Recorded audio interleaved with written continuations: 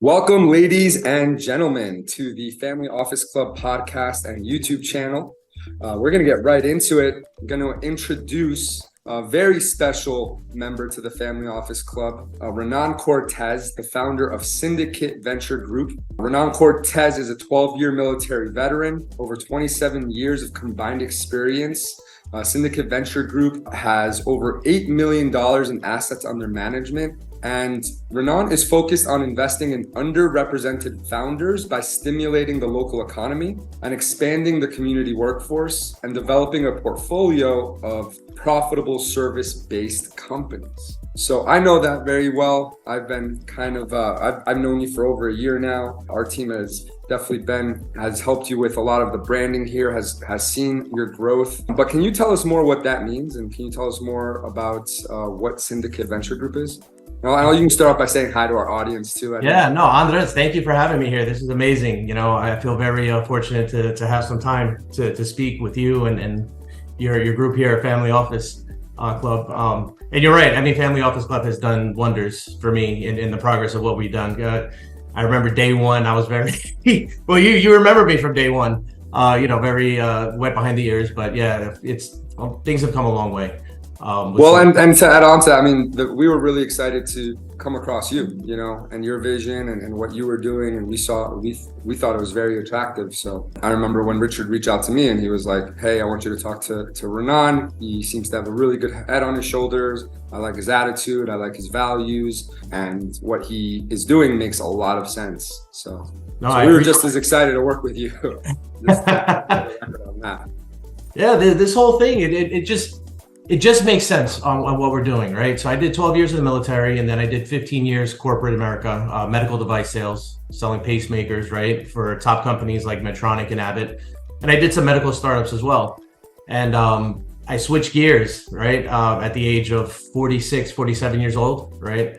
And bought my first company. It was a construction company, water restoration, property restoration and mitigation. That's, it's kind of like when you have a flood, fire, smoke, mold kind of problem in the house. And what I found are these service-based businesses are very profitable, and they're not always run as efficient as they can be.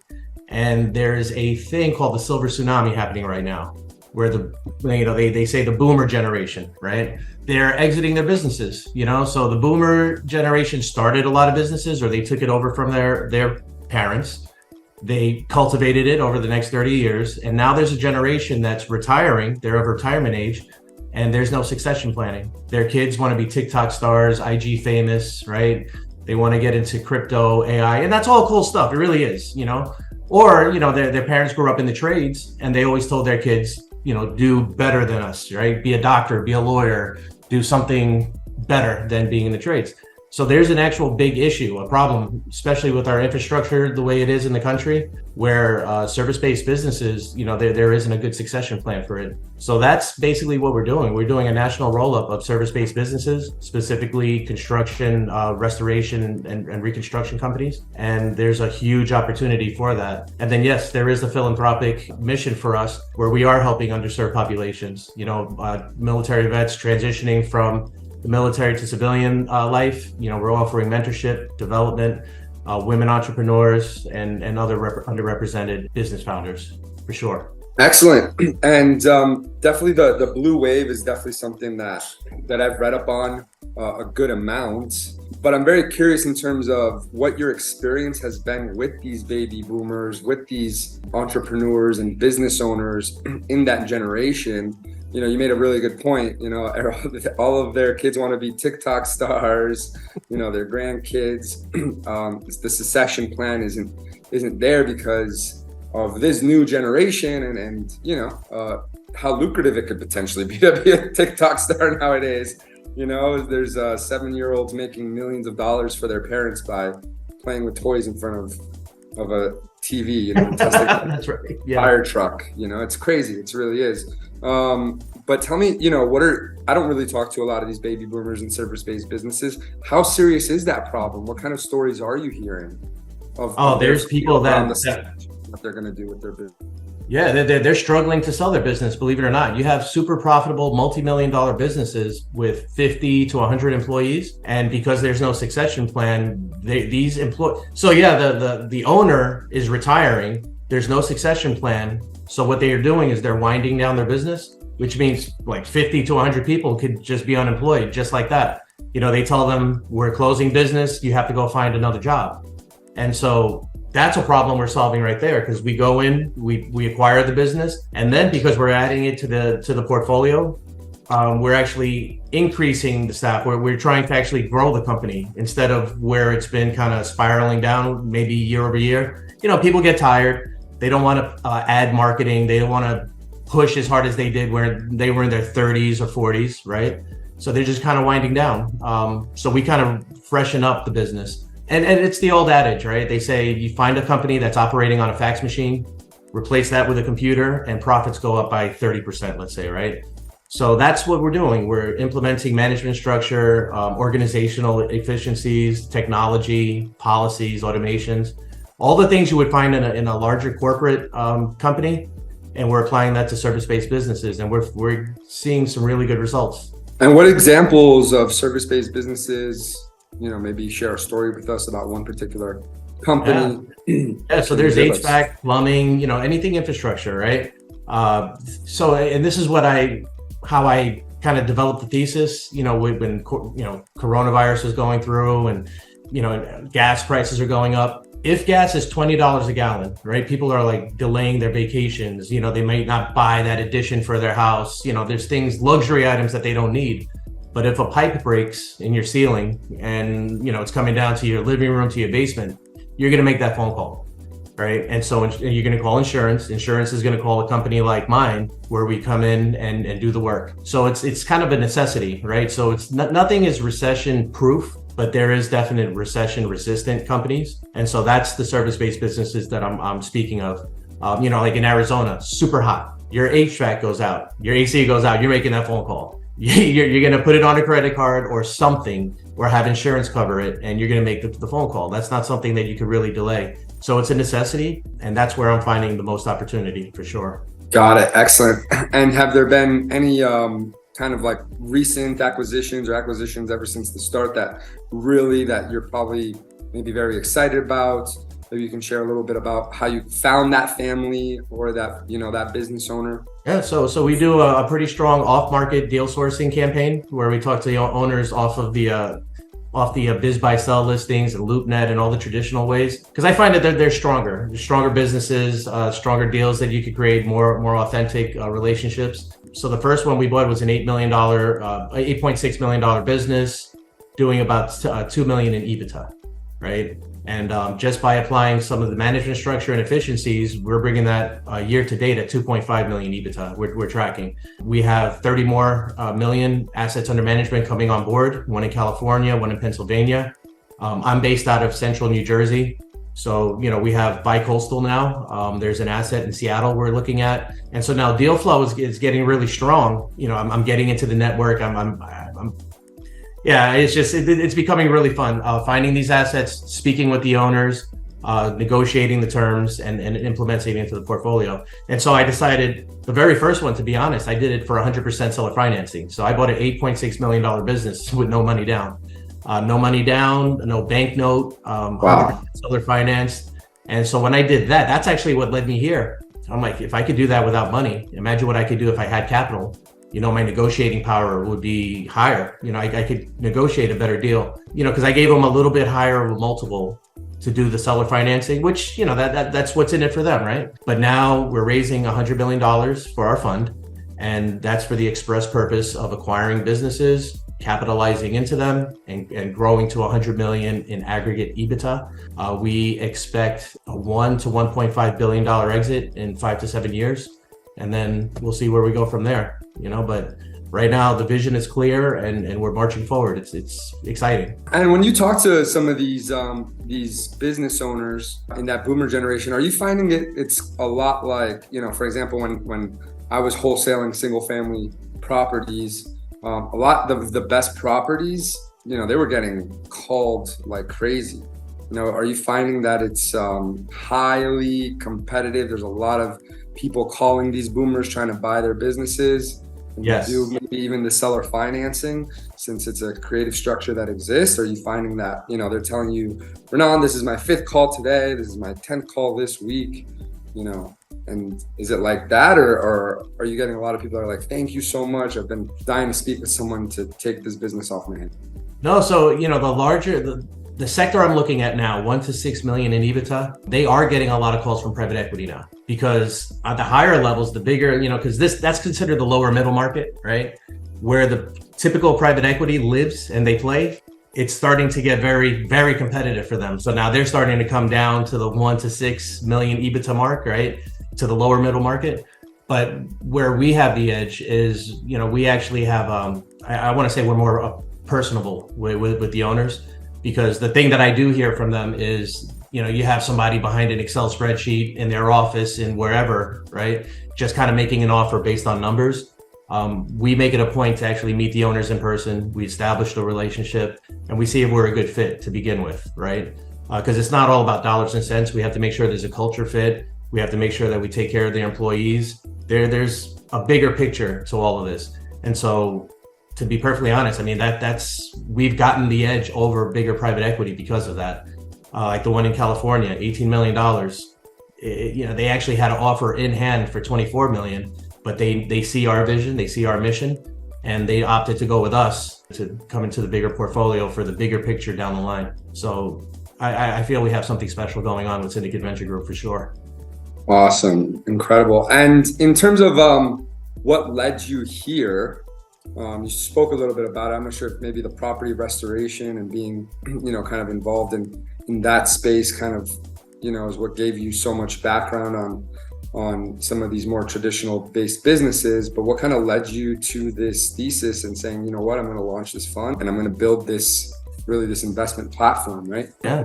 No, so it's been a wild journey over the last 2 or 3 years. It started with, being in a mastermind with Cody Sanchez and understanding how to buy a business. And then from that, it led me to acquiring my first business, which led me into getting into a group called GoBundance, which is another type mastermind network. And that's where I met Richard C. Wilson. He was a keynote speaker. And everybody is very real estate centric in that group. So they were talking about real estate syndications. And in speaking with Richard, I just wanted to pick his brain and say, hey, look, what do you think about this? So I'm going to rewind a little bit more. When I was with Cody Sanchez, going through her mastermind, I realized that this is almost like a micro PE type environment that I'm in. It's not true, like $1 billion PE, but $100 million is considered micro PE. So I enrolled in Columbia Business School for private equity venture capital, because if I want to do this, I want to learn from the best. I want to hear it from the authority on this stuff. And while I was there, it just kind of just made sense. This is the whole Berkshire Hathaway model, right? Buying a strong cash flowing business and hold it into perpetuity, except I have an exit in mind, right? And the exit might be in the form of an IPO, because these are going to be really strong cash flowing assets at the end of the day. I mean, when you're talking about 100 million in EBITDA aggregate at the end of 5 years, minus debt service, we're still clearing about 30-40 million across the portfolio. And then, that's exciting money right there, right? There's a lot of good, a lot of philanthropy we could do with that money. And then the investors on the other side, they're going to have great returns. So I built a really strong thesis on all facets where it's going to do a lot of good for a lot of people. And like I said, I vetted it out at Columbia with professors there, with other private equity GPs. And, some of them, they're into the AI or the fintech, health tech, because they want that 50X, that 100X. And I get that, right? But the way I see it, I mean, base hits, doubles, triples, consistent cash flow. Every now and then we hit a grand slam. That's fine also. And that's pretty much along with what our thesis is going, strong returns, consistent returns with very low volatility and risk. Wow. Yeah, no, that's incredible. You've really hit it from all sides. And I can just tell just by looking at your history and your career history, you're really well set up you are a thought leader in this space, This is like 27 years in the making, right? yeah, exactly. From your military experience, and I think with military experience, I think comes a lot of blue collar experience, right? Like blue collar, you understand the blue collar culture at such a deeper level because 12 years, right? With a lot of people that are blue collar, right? A lot of blue collar Americans, medical startups, so having that experience in the startup world, right? And then also obviously the property restoration side of it, and now this, and going to Columbia Business School. There's so much, right? It's like, wow. Yeah, I mean, I use my GI so Bill much to offer. Yeah, I used my GI Bill to get my MBA. I was fortunate to be in Fortune 100 companies like Medtronic and then Abbott, right? So I was a sales coach. I got really polished within corporate America. So yeah, you're right. I mean, I went from sleeping in the rain and the dirt and the mud, pulling, guard duty and stuff, to then corporate America and seeing that side of the table, and then kind of putting all the assets together and building something for ourselves, right? And gives you a really wide perspective. But in regards of being a continual learner and everything you've learned, what do you think is, especially this past year, this year 2023, we're in Q3, coming up on Q3 here. Fall just started yesterday, the day before. So what, these 9 months, 10 months, now going on 10 months, what has been your biggest takeaway this year? In life or in life? Yeah, in life and business. Let's talk business. So I mean, give me both. Give me business and life. The biggest thing, to be honest, this is the big thing for me. And this is what I try to tell everybody when they see what I'm doing and they say, how are you doing it? Or, how do I do that? You really have to take action. You have to put yourself in the room. You have to take a chance on yourself and believe in yourself. So all that is to say, you have friends that say, man, I really want to do this. Well, take a step, take action and do that. It's not going to happen by sitting on the couch or grabbing, being at the bar Friday night, just thinking about it. You have to take a step. Find who you want to be like. Get into that room, ask questions, right? That's Family Office Club, prime example. I'm very, I didn't know much about private equity when I first started this whole thing. I know I went to Columbia and I did all this, right? But getting into the environment, seeing how it really is, speaking to real life GPs and managing partners and all that, it's really grown my brain exponentially. So be in the room, identify what you want to do, get into that room and ask tons of questions and take action. That's been my mantra for the last couple of years, to be honest. That's amazing and makes a lot of sense. And I think a lot of it is what you mentioned, work ethic. I think, I hear it and I'm like, like Columbia Business School, making income. How many children do you have? Oh, I was about to say, so I was 5 kids, two of them are in college. I had my full-time W-2, which was very demanding corporate America job. I was training jujitsu 3 or 4 times a week because that's like I've been training that for 17 years at a high level. So I just love, that's my outlet right there. So I love that way of socializing with people, right? So jujitsu, doing the masterminds, getting the MBA, Columbia at night. It's tough. It's not easy, right? But, that's the whole thing. It's not supposed to be easy because if it was, everybody would do it, right? Everyone would do it. Yeah, for sure, 100%. I think that's the thing, and everybody wants it to be easy. And you have a lot of people out there too that if it's not easy, they feel like they'll blame it on the markets, they'll blame it on the economy, they'll blame it on the system, they'll blame it on the event they go to, right? But it's it's not supposed to be easy. But then you being once again so well-rounded. So much worldly knowledge, honestly. The question is, this year, what was that thing that you learned? If maybe you can put, maybe it's just been continual learning and building on what you already know, but maybe there was an epiphany you had this year in the past 12 months that you were like, after all my experience in the military, in the medical field, in property restoration, Columbia University, jiu-jitsu, where that makes you such a wise person as well, right? Martial arts. But maybe there was that one thing this year that you were like, wow, I never saw it that way. It gave me a brand new perspective. Sometimes when we are so intelligent, so smart, and we've learned from so many people, it can be hard to teach us very new things we've never heard of. We can build on what we know, but maybe there was like something that really this year was like, I never saw it that way, and it changed everything. The biggest thing for me, honestly, was confidence in myself and my team. I was scared, like 2 o'clock in the morning, hands in my head, scared because I worked in corporate. I've had teams, but if something were to happen, we still have that company, right? Now I'm kind of leading everything.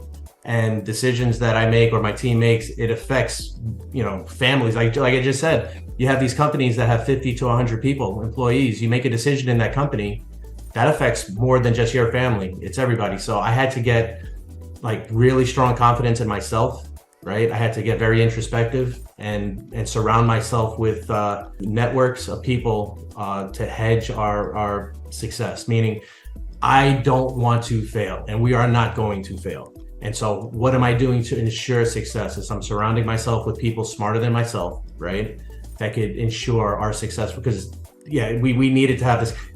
This was an interesting question. I actually just got very introspective on this, for real. But that was the biggest thing for me, because it was like one of the scariest things ever. And I've done a lot of cool things along the way, but this has been a transformational period in confidence and knowing that I have a clear vision now to like $1 billion.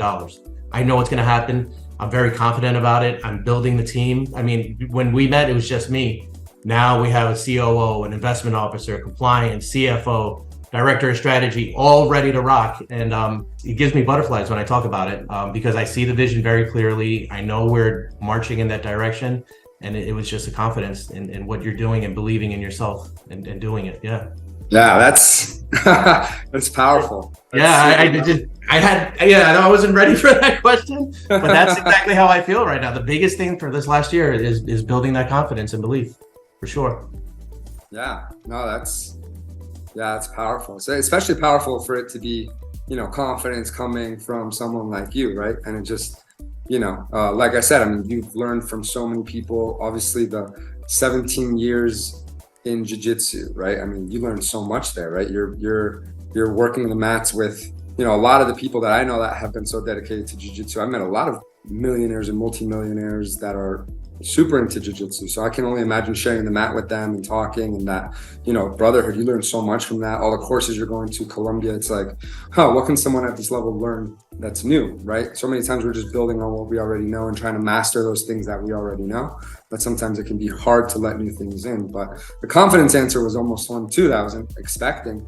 But of course, it's just newfound challenges and a new level of challenge that brings a new level of fear. That is a new level you need to overcome, right? So jiu-jitsu, one big thing that I learned from jiu-jitsu over the 17 years is how to fail, believe it or not. Because you're not going to win every match. You're going to get tapped. You're going to get submitted. So it's how to fail and how do you recover from that? How do you get better from that? Sometimes you're in a position where you just can't win, right? Hickson Gracie, he has that great quote. Sometimes you're in a position where you just can't win. It's what you do in that dark moment that defines who you are, right? So if you're back to the wall, things are not going your way, do you fold? Do you just quit? Or do you find a way to recover from that and get better, right? And not make that mistake again. So that's something, it's just every time I train, it's like constant failure, right? Now, don't get it, I have more success now than failure, right? But, I'm not like the best in the world. So every now and then I run across somebody that just, they're the hammer and I'm the nail for the night. So, yeah. No, absolutely. That's powerful. Wow. Once again, it's, no matter, there's just positions in that you can't win, right? Did I say that right? I'll send you that quote. I didn't do it justice. Repeat it for our audience. Oh man, I would have to pull it up and really, because I just. That's okay. Anyone can always rewind. Very powerful. Yeah. I was just talking to another military veteran. He gave me a great quote too. He said, "No door is closed. Go through them." Yeah. There you go. That's a good one. That's right. No door is ever closed. Just go through them. Right. Like, okay. So good stuff and good nuggets. And we're going to wrap up with that. I think that's a powerful way to conclude. We'll wrap up with asking Renan. I think that anybody watching this would probably love to reach out and talk to you and get thoughts, perspective, or reach out to you because they're very interested in seeing how they can participate in Syndicate Venture Group. So how can people connect with you, Renan? Sure. Our website is www.svgpe.com. That's Syndicate Venture Group, privateequity.com. Or you could email me, Renan, RENAN, @svgpe.com. Excellent. Fantastic. Well, Renan, we'll see you. You're going to be with us Monday? Yes. I'm in New York on Monday, and then I'm definitely going to the Super Bowl in December in Fort Lauderdale. Nice. Yeah, I'm excited about that. Yeah. The Family Office Club Super Summit in December that we do every year, October 3rd, 2023. Next Monday, you'll be with us in New York for our private investment mastermind. And December 5th to the 7th, 2023, you'll be with us for our Super Summit. So excited to have you there, excited to keep sharing space with you at these events and watching your growth here at Syndicate Venture Group. So thanks so much for being with us today, Renan. Appreciate it. Thank you.